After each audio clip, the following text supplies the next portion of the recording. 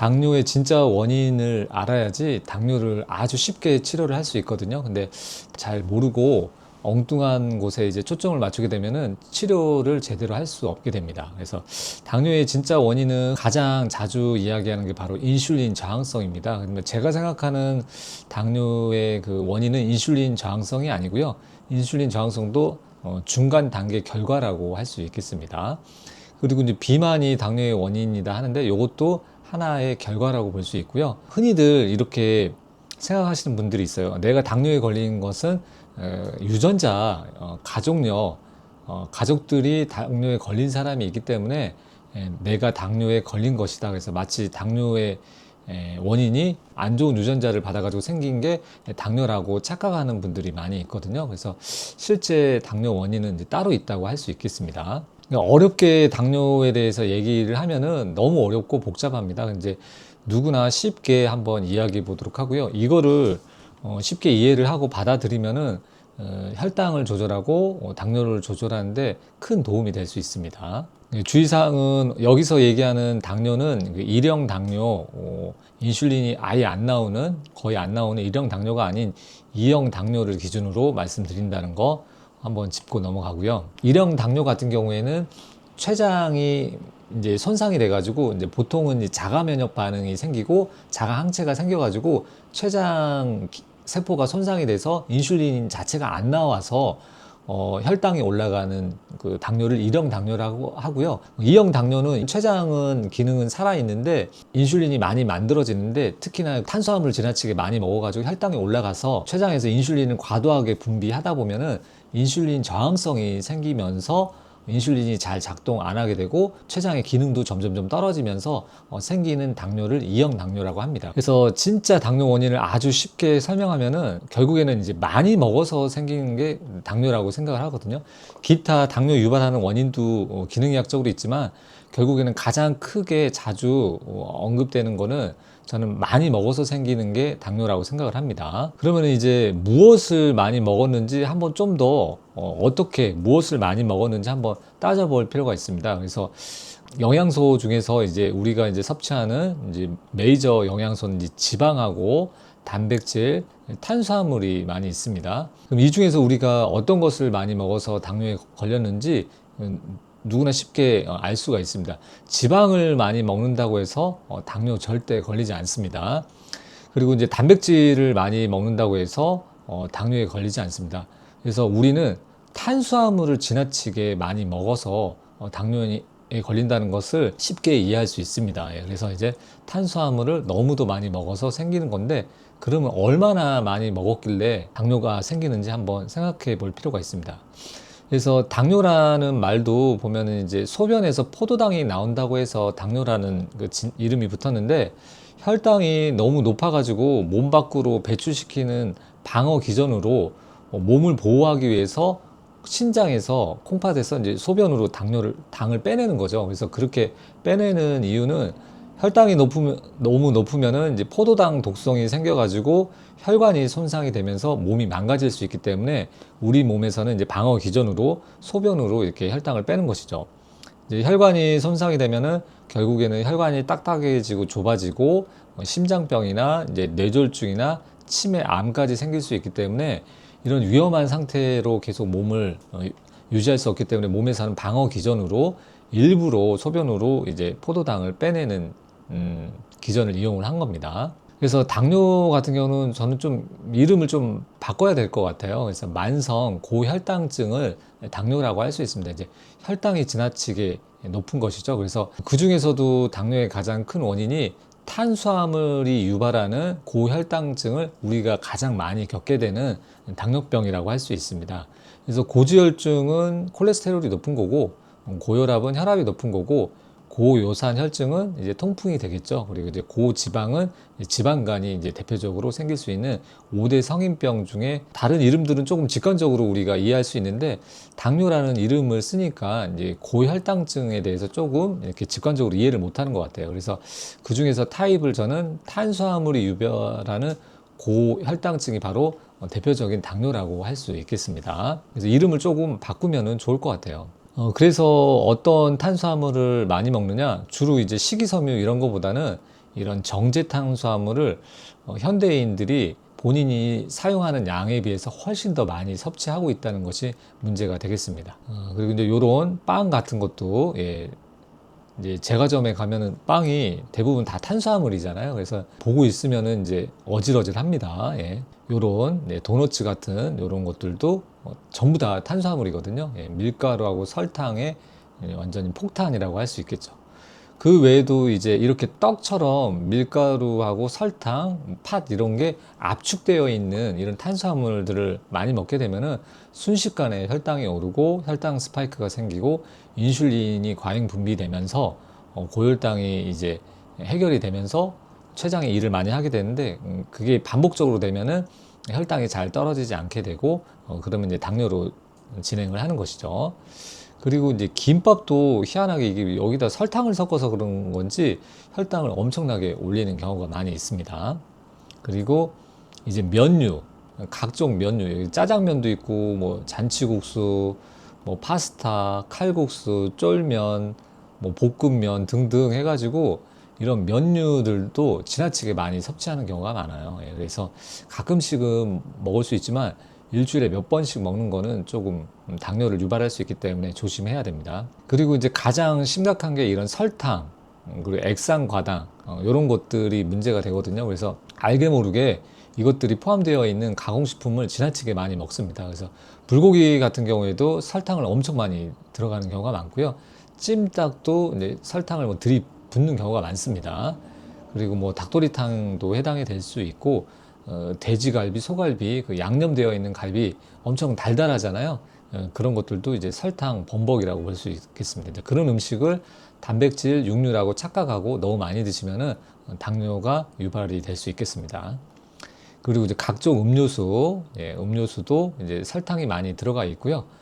그리고 이제 대체 인공 감미료를 쓰는 경우에도 혈당을 마찬가지로 올릴 수 있고 인슐린 수치가 많이 올라가서 염증이 이제 심해질 수 있습니다. 그리고 이제 가장 크게 착각하는 게 바로 과일입니다. 예, 과일은 뭐 마치 아무리 많이 먹어도 된다고 생각하고 몸에 좋은 거라고 착각하는데, 오히려 포도당보다 과당이 훨씬 더 위험할 수 있거든요. 그래서 과당 같은 경우는 이제 이게 억제가 잘 되지 않고 바로 지방으로 전환되는 비율이 높고 통풍 수치도 상당히 올릴 수 있는 그러한 과당 성분이 오히려 포도당보다 더 위험할 수 있고 단맛 중독의 큰 원인이 될 수 있습니다. 그래서 이 과일 먹는 것도 많이 줄이셔야 합니다. 그리고 뭐 현미는 괜찮겠지, 잡곡은 괜찮겠지 하지만 양 자체가 많으면은 혈당 올라가는 것은 마찬가지입니다. 그래서 이렇게 고봉밥 드시는 분들도 문제가 되고요. 이런 이제 탄수화물, 이제 밥을 너무 많이 드시는 것도 문제가 될 수 있습니다. 그리고 이제 감자, 고구마, 옥수수 같은 이런 탄수화물도 해당이 될 수 있겠습니다. 그래서 이제 제일 문제가 이제 이런 면류를 점심 식사로 드시고 나서 이제 지인들하고 이렇게 맛있는 탄수화물을 폭탄을 먹은 다음에 이제 카페에 가서 이제 이런 라떼나 아이스 아메리카노를 시키죠.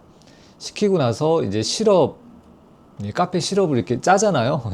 펌핑해서 짜는데 이게 이 쓴맛을 잡기 위해서 엄청나게 또 시럽이 많이 들어가거든요. 그때 거기 들어있는 과당이나 이제 설탕 이런 성분이 엄청나게 들어가게 되고, 또 요것만 먹기가 좀 아쉬우니까 이제 디저트로 이제 빵류를 또 이제 시키잖아요. 그러면서 즐겁게 대화를 나누면서 그 탄수화물 폭탄에 향연을 벌이게 됩니다. 그래서 이것만으로도 혈당 스파이크가 생기는데 또 이거 액상으로 먹게 되니까 올라가고, 거기다가 입이 심심하다고 탄수화물 폭탄인 이 빵류, 비스켓 뭐 이런 걸 잔뜩 먹으니까 이렇게 먹는 생활들이 계속 반복이 되면은 당연히 이제 혈당이 치솟게 되고 췌장이 지치게 되고 결국 당뇨로 진행을 하게 되고요. 특히나 이제 폐경기 이후에는 췌장 기능이 더 떨어질 수 있거든요. 폐경이 되면서 에스트로겐이 떨어지니까 에스트로겐 프리미엄인 췌장 보호 효과가 떨어져서 혈당이 더 폐경기 이후에는 이런 식의 식사 패턴을 유지하게 되면은 당뇨가 올 수밖에 없습니다.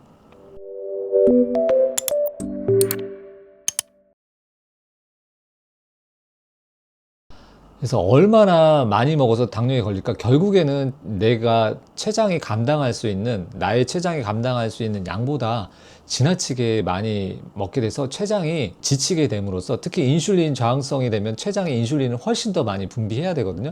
그렇게 되면은 이제 췌장이 지치게 되고, 인슐린 저항성도 생기지만 그 인슐린 분비가 떨어지게 되면서 결국에는 당뇨가 점점 악화될 수 있는 것입니다. 그래서 췌장의 기능 부전이라든가 인슐린 저항성은 결국은 탄수화물 지나치게 많이 먹어서 생긴 결과지 원인 자체가 아닙니다. 그래서 우리는 원인과 결과를 혼동하시면 절대 안 돼요. 그래서 결과에 집중하는 것보다는 원인에 좀 더 집중을 해서 근본적인 원인을 치료하는 게 중요하겠습니다.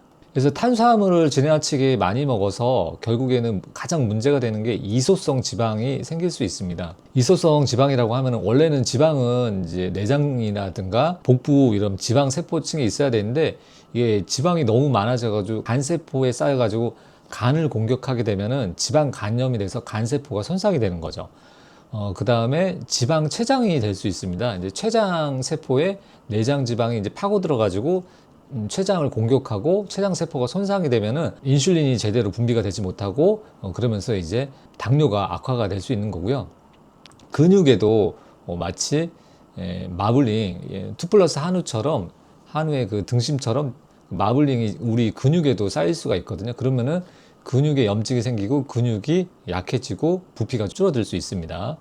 그리고 이 지방이 심장에까지 쌓이게 되면은 지방 심장이 되고 심장 기능이 떨어져 가지고 심부전의 원인이 될 수 있습니다. 그 원인이 결국에는 이소성 지방인데, 그거는 이제 중간 단계 결과이고 결국에는 우리가 지나치게 많은 탄수화물을 먹어서 생기는 이소성 지방이 원인이 되겠습니다. 그리고 이렇게 지방세포가 점점 커지고 그러면은 만성 미세염증이 생길 수 있습니다. 그래서 혈액검사에서는 HSCRP가 애매하게 1보다 살짝 올라가 있는 그런 만성 미세염증 자체가 당뇨의 원인이 될 수가 있고요. 결국 세포 안으로 들어가면은 세포 소기관인 미토콘드리아 기능이 떨어지고 산화 스트레스가 많아지면서 또 췌장 쪽에 문제가 되면은 췌장이 이제 손상이 될 수 있겠습니다. 그래서 췌장은 이 위하고 십이지장 사이에 있는 이렇게 생긴 게 췌장입니다. 그래서 여기에서 이제 췌장이 이제 감당할 수 있는 양보다 너무 많이 먹게 되면은 인슐린 저항성이 생기는 것이지, 인슐린 저항성이 생겨서 췌장이 망가지는 게 아닙니다. 인슐린 저항성은 이제 당뇨로 진행하는 중간 결과이지 원인이 아니라는 걸, 그래서 우리는 중간 결과에 집착하기보다는 근본적인 원인이 탄수화물을 지나치게 많이 먹어서 생긴다는 것을 꼭 기억할 필요가 있고요. 치료는 오히려 의외로 쉽고 간단합니다. 탄수화물을 확 줄이고 나머지 지방하고 단백질을 늘려주는 게 치료의 핵심이라고 할 수 있겠습니다. 그래서 당뇨를 치료하기 위해서는 우리의 근본 원인인 지나치게 많은 탄수화물 섭취가 문제가 되기 때문에 그것을 해결해 줘야지, 이 그림처럼 바닥에 물이 잔뜩 있다고 해서 청진기 맨 의사가 바닥을 계속 물을 닦는 치료를 하는 것이죠. 이제 그것이 인슐린 저항성에 집중하는 것이고, 당뇨 약을 처방을 하는 것입니다. 그거는 일시적인 물을, 이 바닥에 있는 물을 제거하는 것이지, 수전을 이렇게 잠궈야지 해당이 되는 것이지, 지나치게 이제 물걸레질 하는 거에 집중하시면은 본질에 벗어나고 치료 효과를 볼 수 없는 것입니다. 그래서 우리는 이 수도꼭지를 담는 것이 무엇인가, 모든 질병을 치료할 때는 여기에 초점을 맞춰야 됩니다. 그래서 당뇨 같은 경우에는 이 수도꼭지를 잠그는 것은 지나치게 많이 섭취하는 탄수화물을 줄이는 것이 핵심이 되겠습니다. 그래서 이렇게 당뇨약을 먹거나 그런 방법은 아주 보조적인 수단입니다. 하지만 일단 수도꼭지를 잠그고 그리고 나서 바닥에 지저분하게 있는 물기도 닦아야 되겠죠. 이제 그런 것들이 이제 추가적인 치료 방법이 되겠습니다. 그래서 이제 당뇨 치료는 의외로 너무 쉬워요. 이제 너무 복잡하고 어려운 병이기도 하지만 탄수화물만 줄이면 해결이 대부분 됩니다. 그래서 이게 빨리 줄일수록 효과적이고 늦으면 효과가 한계가 있을 수밖에 없습니다. 그거는 췌장이 이미 다 망가진 상태에서 그때 이제 탄수화물 줄이게 되면은 효과가 조금 별로 없을 수가 있어요. 그래서 최근에 저희 병원에 오시는 당뇨 환자들을 보니까 그 후기 이미 췌장이 다 망가진 다음에 그때서야 이제 당뇨의 중요성을 알고 오시는 분들이 있어요. 이제 이런 경우에는 제가 해드릴 수 있는 게 상당히 제한적일 수 있습니다. 그래서 가급적 빨리 오시는 것을 추천드리고요. 가급적 빨리 이 탄수화물을 줄이는 치료 방향을 전략을 짜야지 효과가 좋을 수 있습니다. 그러면 탄수화물을 줄이려면 이제 굶으라는 얘기냐? 절대 아닙니다. 이 굶으라는 얘기가 아니라 배부르게 많이 드셔도 돼요. 그럼 어떻게 먹으라는 건지 이제 궁금해 하실 수 있는데, 제가 영상에서 가장 강조드리는 방법, 고지혈증 치료에서도 강조드렸던 방법인데, 그게 결국에는 당뇨에도 아주 효과적인 방법입니다. 이제 거꾸로 저탄수화물 먹기, 거저 먹기를 이거를 하시면 되는데, 너무 쉬워요. 근데 아무나 제대로 꾸준히 실천하시는 분은 많지 않더라고요. 그래서 순서가 중요합니다. 순서가 아주 중요하니까 이 순서를 식사 때마다 지키시는 것을 추천드리고요. 지방을 가장 많이 먹고, 이 지방 중에서도 불포화 지방을 많이 드시는 걸 추천을 해요. 포화 지방을 많이 먹는 것보다는 불포화 지방을 드시는 걸 추천하고, 불포화 지방이라고 하면은 상온에서 실내 온도에서 액체로 있는 그 올리브오일이나 이제 생들기름을 추천을 하고요. 포화지방 같은 경우는 이제 실내 온도에서 이제 고체로 있는 버터, 치즈, 그릭 요거트 뭐 이런 거를 추천하진 않습니다. 근데 그거는 기호식품으로 가끔씩 먹는 것을 추천하고요. 그리고 단백질 잎채소를 먹고, 그리고 마지막에 탄수화물을 디저트처럼 먹고, 이거는 활동량에 맞춰서 드시는 것을 추천을 합니다. 그래서 지방을 좀 많이 높이고 탄수화물을 낮추고, 잎채소는 볼륨을 채우기 위해서 한 끼에 뭐 적어도 한 100g에서 200g 사이 정도는 드시는 것을 추천하겠습니다. 그래서 당뇨 초기에 하면 할수록 유리하고, 당뇨에 완전히 탈출할 수 있는 방법이 이 고지혈증 식단에서 설명했던 요 방법이거든요. 그래서 요 방법은 제가 이제 고정 댓글하고 설명란에 링크로 남겨 놓도록 하겠습니다. 그래서 안 보신 분이 있다면은 이 영상을 꼭 보시면 좋겠고요. 다음에 제가 먹는 그 식단도, 먹는 이제 도시락을 제가 싸서 점심에 먹고 있거든요. 그 도시락을 어떻게 싸서 먹고 있는지, 어떤 순서로 먹고 있는지 음식을 먹으면서 제가 한번 또 설명을 한번 드려보도록 하겠습니다. 여기까지는 얘기가 다 됐고요. 여기서 요 정도까지만 보고 실천을 한다면은 이제 70점인 분들은 여기까지만 보시면 되겠고요. 좀 더 나는 적극적으로 당뇨를 훨씬 더 잘 관리하고 싶다, 100점을 목표로 하시는 분은 요 뒤에 영상을 보시면 되겠고, 70점이 목표인 그 적당히 점수를 원하시는 분은 여기까지만 하시면 되겠습니다.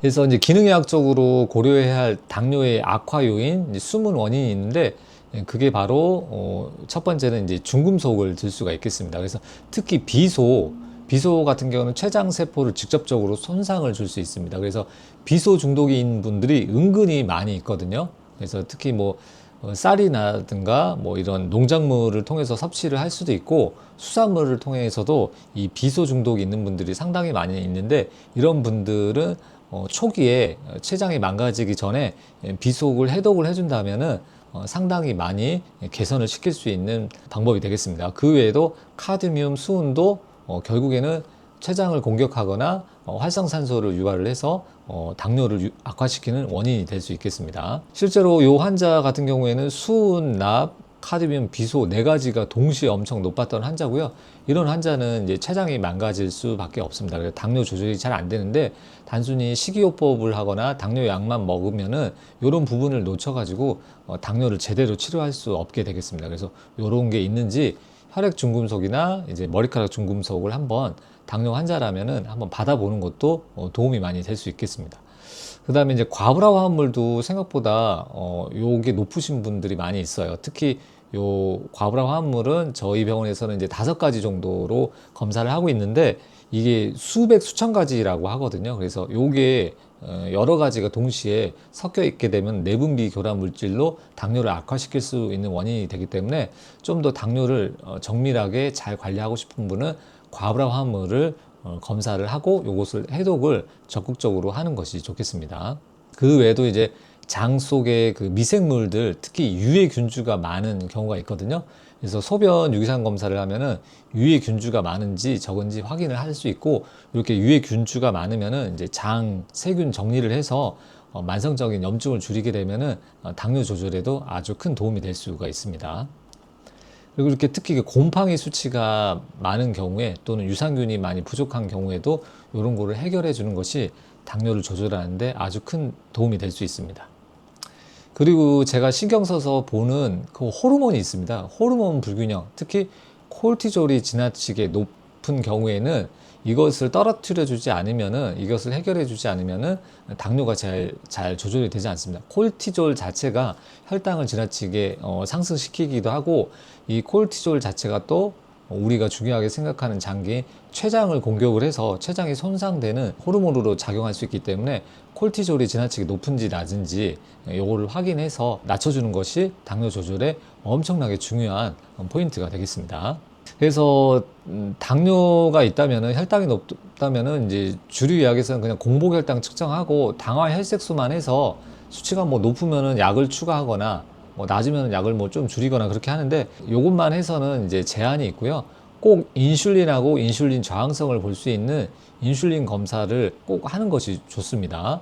그래서 지금 당뇨 상태가 어떤 상태인지, 췌장 기능이 얼마나 남아 있는지, 췌장 기능이 좀 과부하가 걸린 건 아닌지 요거를 같이 확인해야지, 당화 혈색소 요거 딸랑 하나만 보고서 뭐 당뇨가 마치 잘 조절되고 있다고 착각할 수가 있거든요. 그래서 당화 혈색소는 높은데 인슐린 수치가 엄청 높아가지고 혈관이 망가지고 딱딱해질 수도 있어요. 그래서 단순히 당화 혈색소만 보는 게 아니라 인슐린이 안정적으로 낮게 유지되는지 요거를 관리를 해야 됩니다. 그래서 이거를 잘 이해를 못하고, 이해를 하더라도 어떤 이유에서인지 검사를 잘 안 하는 그런 의사들이 많습니다. 그래서 인슐린 수치를, 인슐린 저항성을 꼭 확인하는 것을 추천하고요. 그리고 앞에 말씀드렸던 중금속, 과부하 화합물, 장내 미생물 상태, 그리고 미토콘드리아 기능까지도, 세포 아주 중요한 요 기능까지도 살펴보는 검사가 이제 소변 유기산 검사로 확인을 할 수 있거든요. 그리고 말씀드렸던 콜티졸 호르몬도 검사를 하면은 정말 많이 도움이 되고요. 그리고 연속 혈당 측정 검사를 하는 것이 무엇보다도 도움이 많이 되거든요.